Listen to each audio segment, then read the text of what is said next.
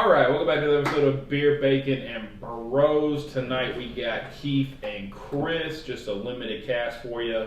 The best cast. Just means we got the right opinions in the room. That's right. So, we're going to go over the NFC South and our predictions for it. Obviously, a unique division this year. So, before we hop into it, make sure you hit that subscribe button for us. If you're not already a subscriber, join the channel, man. It's completely free to you.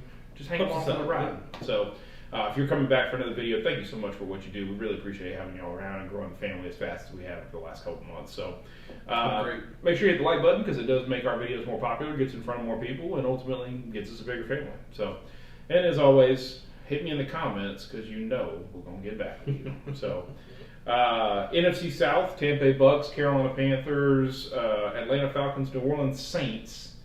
Unique division. Tom Brady's retired. Panthers got a rookie quarterback. No more Saints, Drew Brees. Yeah, no more Drew Brees. No more Matty Ice. No more. Well, yeah. I mean, He was gone last year, but still, no more Matty Ice. And Drew Brees is gone before last year too. So, unique division where I would say everybody's really kind of getting a new quarterback. Desmond Ritter played a good bit last year, but you still had that kind of Marcus Mariota start to the season for them. First real big year for Desmond Ritter. Derek Carr coming over. Bryce Young. We don't know whether it's Kyle Trask or Baker Mayfield, but whoever stops throwing interceptions in practice wins the job there. So It's going to be something completely different. maybe the worst. They're going to be Jameis Winston bet. Maybe the worst. Maybe the worst division. Maybe. But I would say it's probably one of the top two Yeah, I mean, worst divisions. I guess the AFC Somebody's South. going to come out of it, though. Yeah, the AFC South is also a pretty terrible division as well. So, I know you're a Panthers fan. You seem to be excited, I guess is the word about Bryce Young. I think it's I definitely think it's an up year for Carolina. I think they went out and they did a lot to improve that offense. Last year, the defense was a solid defense. They were pretty solid defense. I think they're going to have a really good defense again this year. But I think going out and getting an Adam Thielen, a DJ Chark, a Hayden Hurst, Miles Sanders, they already had a pretty good offensive line, especially with the addition of Aquanu in through the draft last year. Yep. Who was arguably one of the top two tackles out of the draft last year. Yep. And he's only going to get better. So I personally think they could win that division. It's going to be on how much Bryce Young can do. And I think Frank Reich's going to have to figure out, too, if he can't do it, you have a really good backup in Andy Dalton. Put Andy Dalton in there and just let him sling it around to the not the defenders, but he probably will throw it to the defenders. He'll throw it to the defenders. But throw to those big name receivers that you got. Like I said, you've got Adam Thielen now. You've got DJ Chark. You've got Shi Smith, Josh Fan. You've got Martivi, or what was the Mingo kid's first name? Jonathan Mingo. Jonathan Mingo out of Ole Miss, who tore up at Alabama a couple times, and you still have Terrence Marshall out there from LSU, two big receivers. You've got some big receivers out there. I think Miles Sanders is going to be the workhorse for them. I think he's going to be their every down, 3 down back. And they got Chuba Hubbard back there with them as well. Hayden Hurst is a huge improvement for them at tight end. So, I think it's going to be between them and the Saints this year for that division. Yeah. I hate to say that I think y'all's season completely goes around Bryce Young. How fast can he get comfortable? How fast can he settle in? Like, how fast can he become familiar with the offense?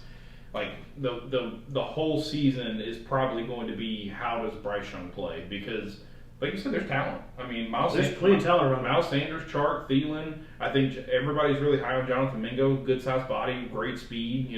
Hands are susceptible, but jumps out the freaking gym. So, right. The guy's got plenty of talent around him. I agree that Hayden Hurst is a much better improvement at tight end for them. I think Aquamu's a really good left tackle. I think the whole rest of the offensive line is still skeptical, but I think you can feel good about your left tackle. And then you've already said their defense. Derek Brown, Brian Burns, Shaq Thompson, Von Bell moving in at secondary. Von Bell really gives you a good safety. You got J.C. Horn and Deontay Jackson out there at corner. Yep. J.C. Horn is going to be a solid corner. Justin Houston's older. Justin Houston coming in to play that edge type rusher. It's going to be really good. Luvu coming over from the Jets last year. Yep. Great linebacker. He had a career year last year in Carolina. So I mean, I'm not trying to sound like a homer. I just think they have one of the better teams in the NFC South. Yeah, I wouldn't disagree with you. I think if I'm revealing a little bit, Panthers are going to be second for me. But I do think that they have a real shot at winning the division, and it really just comes down to how quickly can Bryce Young become a great quarterback. Now granted, he didn't look that good the other day. Well, they didn't put up any points, so yeah. But he only played, that was Matt Corral playing most of that game. Yeah. I mean, if we're honest, Matt Corral played most of that game. Yeah. But Matt Corral's really going out there to showcase what he can do to either be a starter somewhere or go be a backup somewhere. Yeah. I mean, that's what he's playing for. But because let's be honest, if Young goes down, Andy Dalton's coming in. Yeah. So they're going to put their trust in the old Red Rocket. But I think it's really hard to say that Tampa's going to be one of the worst in this division, considering 2 years ago they won a championship. Yeah. And, but for all the talent that they have, but they don't have a quarterback.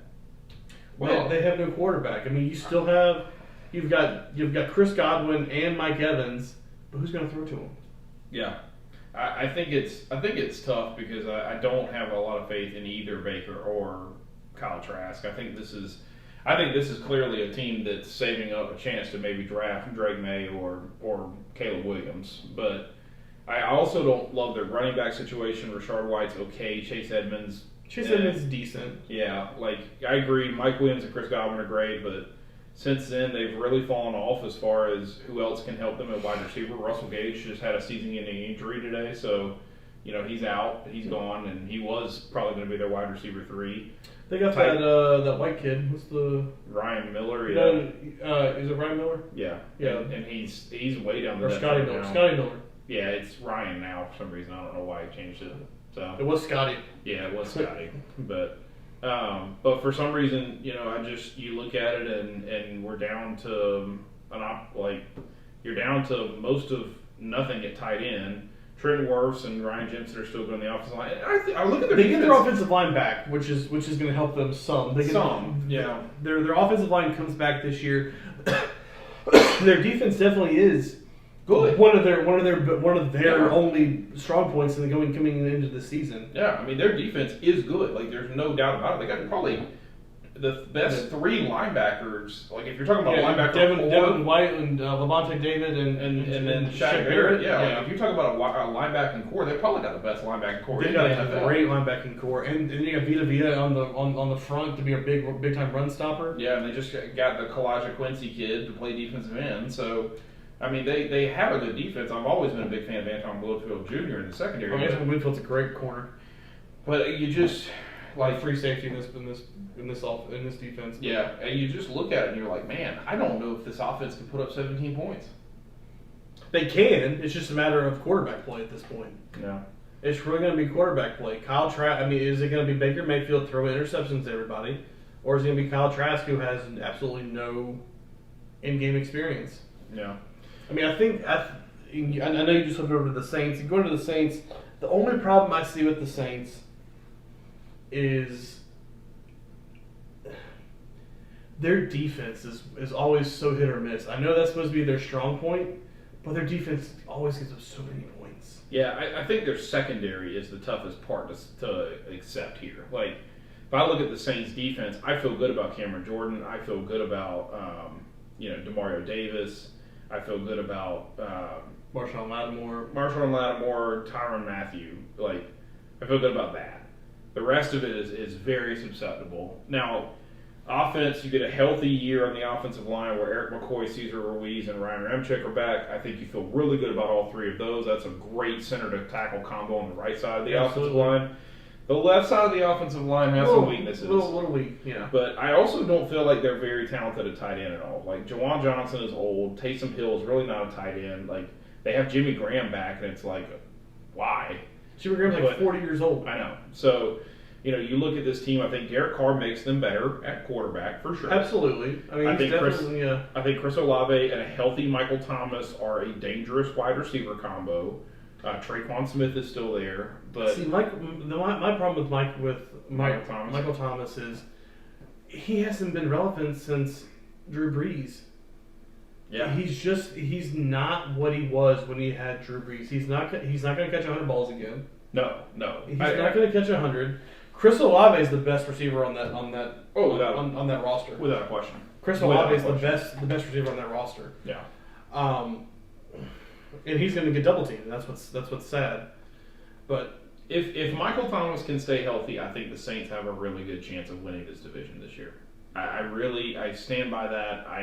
I still think they're the best team on paper when you look at this whole team. But I agree with you. 2019 is the last time that's the last time that Michael Thomas had a real good year. Like 2020 got hurt, 21 didn't play at all, 22 he caught 3 touchdowns on 16 catches for just 22 targets last year. So again, just couldn't stay healthy. But I look at this team, even with Alvin Kamara getting suspended, I look at this team and say this is the best team on paper because Jamal Williams will have a great first 3 weeks. Oh, Jamal Williams is going to be fantastic for them. And then I think after that, Jamal Williams continues to be the Jamal Williams. I still think Jamal Williams gets all the touchdowns. I do too. I think he gets all the touchdowns. I do too. Because he's going to be that big body guy that come in on third down on the goal line, and he's just going to be the guy that's going to run it in. Yeah.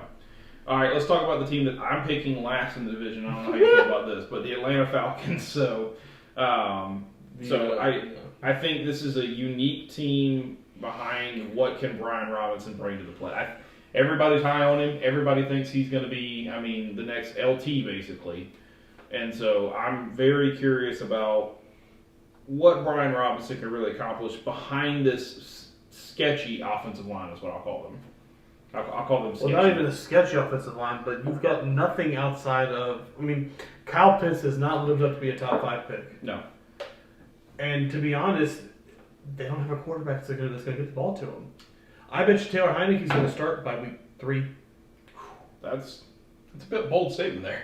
I like Taylor, but Taylor Heineke's been a proven guy to go out there and win games. Yeah. I think there's a lot of money and time invested in Desmond Ridder, and I think he's going to play until somebody finally says we got to pull the plug on him. But Drake London, Mac Hollins, and Scotty Miller. I found Scotty, by the way. Scotty's over here now. So that's a different Miller over there. Yeah, it's a different Miller over there for the Bucks, but just happened to be the same last name. Yeah, Scotty just also didn't play well. Scotty hadn't played well since 2020. Tom Brady. Yeah. So we'll see what he can be as a wide receiver 3 for the Falcons. But, Tyler Aguilar is a good backup. Cordell Patterson seems to be becoming irrelevant. Jake Matthews is a good left tackle. Oh, well, Cordell Patterson's going to be relevant now because they got Bijan Robinson. Yeah. Cordell Patterson's he's going to be out of the job. Yeah. That's going to be Bijan and Tyler Aguilar to be your top guys on that running back side. Yeah. But they have nothing at receiver outside of Drake London. Mac Hollins had a good year for the Raiders last year. He had games where he showed up, but... Yeah, but he had Derek Carr throwing him the ball. Yeah. You go now to Desmond Ridder throwing you the ball. Yeah. And their problem is their damn defense. Yeah. They have nobody on defense. They went out and got Calais Campbell.